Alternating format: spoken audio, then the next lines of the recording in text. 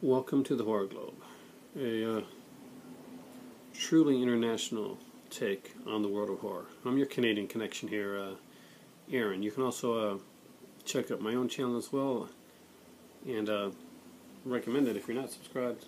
Please subscribe, and to everybody else that's on here, their channels are awesome, so subscribe there as well. It's Halloween month, and I wanted to choose something different for the first day.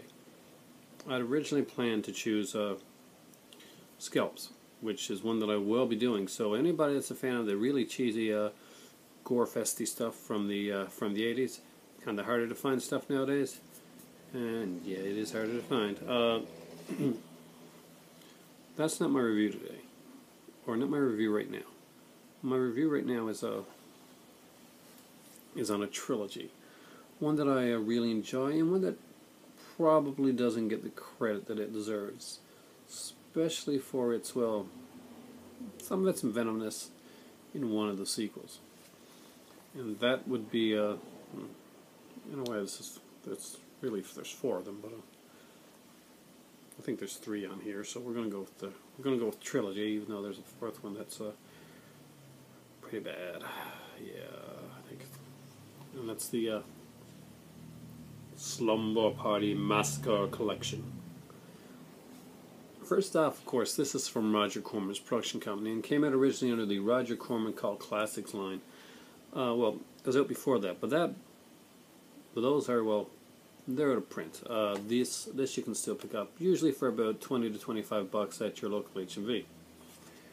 Now, this is an incredible set. I'm going to be talking not just about the movies, but I'll talk about the features as well. But let's get right to the first film. The first film, Slumber Party Massacre, was actually written by a feminist, and it was kind of her satire, her take on the slasher films of the time. And they also got a female director to direct it. So right there, pretty much a kick in the balls of the people that said horror films were all completely misogynistic. Now, although the movie was meant to be a kind of a satire type thing, it does pretty much play out like a straightforward normal slasher film. And basically you have a guy with a large drill, get the phallic symbol there, and he escapes from an asylum. There's not a lot of plot points that you really need to know. There's some girls that are having a slumber party. There's a girl next door with her sister who probably wants to be at the slumber party, but she's not quite as popular. And meanwhile, there's some boys that are going to crash the slumber party. Yeah, you've heard this all before, but it is done pretty inventive, actually. This killer is pretty cool. There's no mask in this one. You know exactly who the killer is, what he looks like, right from the beginning. Brink Stevens has an early role in this film, and she's one of, I think she's the first person killed on screen in this film, and that was a great start for her. I think she would come back to the series later on. But again, really, really well done, especially for such a low budget. There's some great gore effects in this one here. The pizza delivery boy scene is memorable, and it had been used over again in another film called Left to Die, something like that. Die Hard. We'll get into that in another video. Anyway, that's a different movie altogether we'll talk about. But let's just say this scenes from Slumber Party Massacre would get recycled in other films.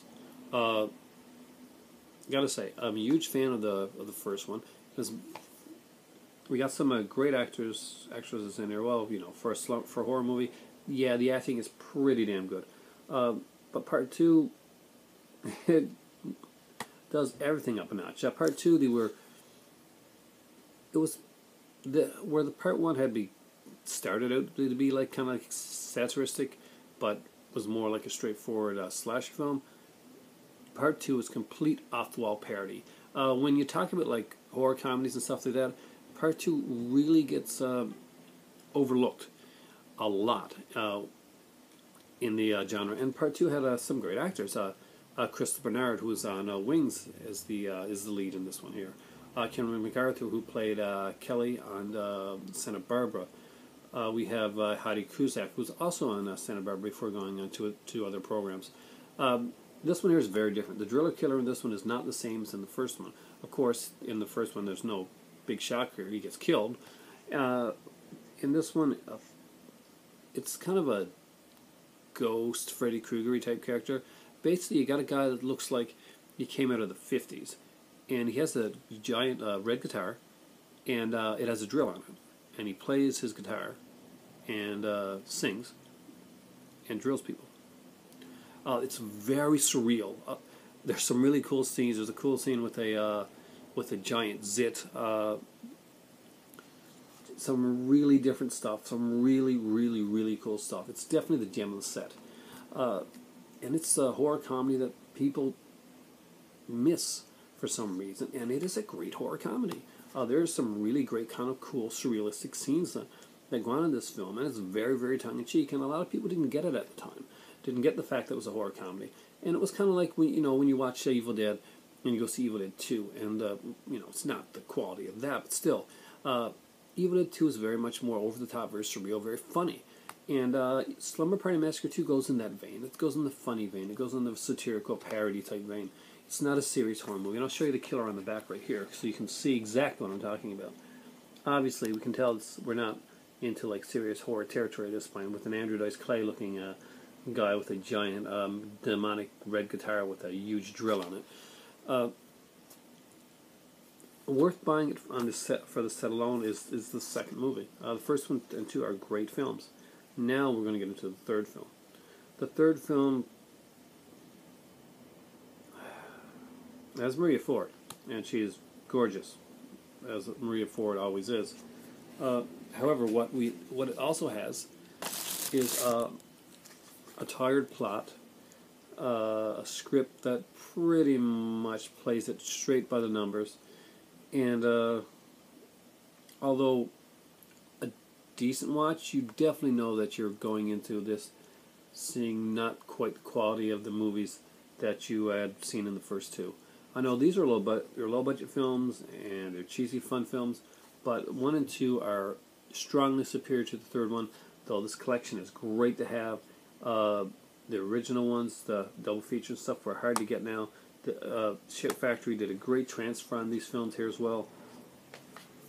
The Driller Killers in Part 1 and 2 are incredible. The mystery of Part 3 is no mystery at all, and trust me, you'll figure it out long before they actually say who it is. They do try to be a little bit clever with it, and I'll give them credit for that. These are the unrated copies of course, Slumber Party Massacre 3 is finally unrated here, so yay, lots of gore and breasts. Yeah, you like breasts? Watch these movies. You like cute girls? Watch these movies. You like kind of like cool gore? Watch these movies. It's definitely a must for Halloween. If you don't have this in your collection, then go out and buy it. It's not one that I'm going to say rent. It's not a renter, it's a buyer. And even more than that, we got like new anamorphic widescreen transfers of these films. They're all Slumber Party Massacre 1 and 2, and of course the transfer for Part 3. I think it's the widescreen as well. Now there's a really cool 3-part documentary on this called Sleepless Nights Revisiting the Slumber Party Massacre, and it really goes in depth on the films. I gotta say, it went over on both discs. It has a really cool. It's a 2-disc set. And we get a booklet with this one as well, because many of the Roger Corman ones did have booklets with them. And it's you gotta say, it's pretty cool. We got to see, like, in case you're wondering the type of films these are. There's the Driller Killer from the original film there, and that's Brink Stevens being the first person killed. Yeah, I was right. It was Brink Stevens being killed, and this is Part 3. So the killers in the movie is pretty cheesy and it's pretty fun stuff. I'll just open up the back of the thing so you can kind of see, because they always put different stuff on the back of the Ship Factory DVDs. They never let you down. It's the box art for Slumber Party Massacre 2, and these cult classics. If Scream Factory had been around at the time that this was on, this would definitely have been a Scream Factory release. And it's a quality release. We also, by the way, get audio commentaries on every one of these films. So you're going to get a commentary on each of these films. And Definitely worth listening to. Photo and poster stills galleries, theatrical trailers. If you're looking for like a cool marathon-y thing to do, this is it. This is the three of them, the Slumber Party Massacre collection. It's going to run you $20 to $25. If you're lucky, you can find it cheaper at some stores. But this is it. It's under the Roger Corman Cult Classic Collection logo. It's a Shout Factory, and it's one that really, really, really belongs in your collection. I'm trying to see if I missed anything on this review here. This is my first review for the Horror Globe, so and I'm just coming back off of being out for a while, so excuse me if I'm a little rusty on getting this stuff in. I've tried to get in everything that you probably would want to know about these films. So, gore count. Fairly high for these three films. And what was the Joe Bob Briggs way? Breast count? Yeah, so if hot girls are going to proliferate these films, so you're not going to be disappointed that way. This is a cool slasher movie. And slasher trilogy. And there's not a lot of slasher trilogies that actually go the way that this went.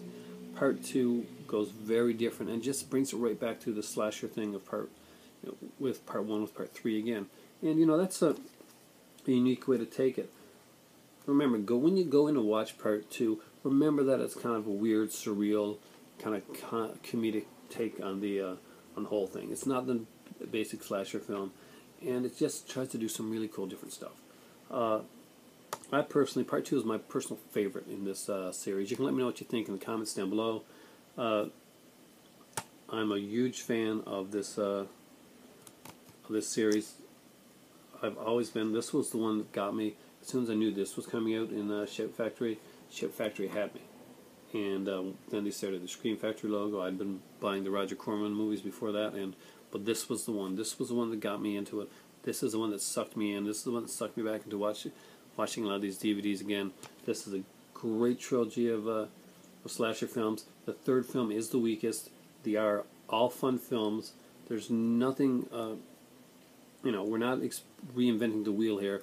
These are great slasher films. Slumber Party Massacre is a very fun film. Slumber Party Massacre 2, again, an amazing film. And Slumber Party Massacre 3, it is what it is. It's a slasher film. Is it the best? No, but it does fit all the criteria that you need for a cool, fun, little cheesy slasher night at the movies. Every one of these three, it started out as something unique at the time, but kind of became a gimmick after a while. But all three of these are directed by females. Great slasher movies, and how many times can I say that? I highly recommend you pick up the Slumber Party Massacre collection because, I just rewatched these recently, and I'll be watching these again throughout Halloween. I particularly look forward to the sequences, the dream sequences in part 2, kind of dreams, fantasies that she has, are all kind of freaky and cool. You're gonna like those. And the Slumber Party Massacre scene with the girl and the what do you call it? With the pizza guy. When the pizza guy, no eyeballs with it, and let's just say they still eat the pizza. Enjoy these films. Have a happy Halloween, guys, and this is my first review on the I missed yesterday, so here we go.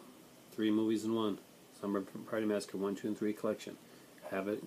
Watch these movies over Halloween. Buy the set.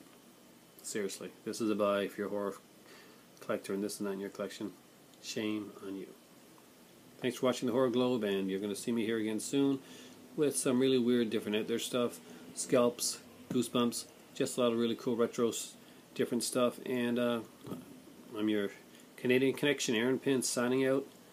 I'm having some Javalia vanilla latte. But after this, guys, it's time for tea.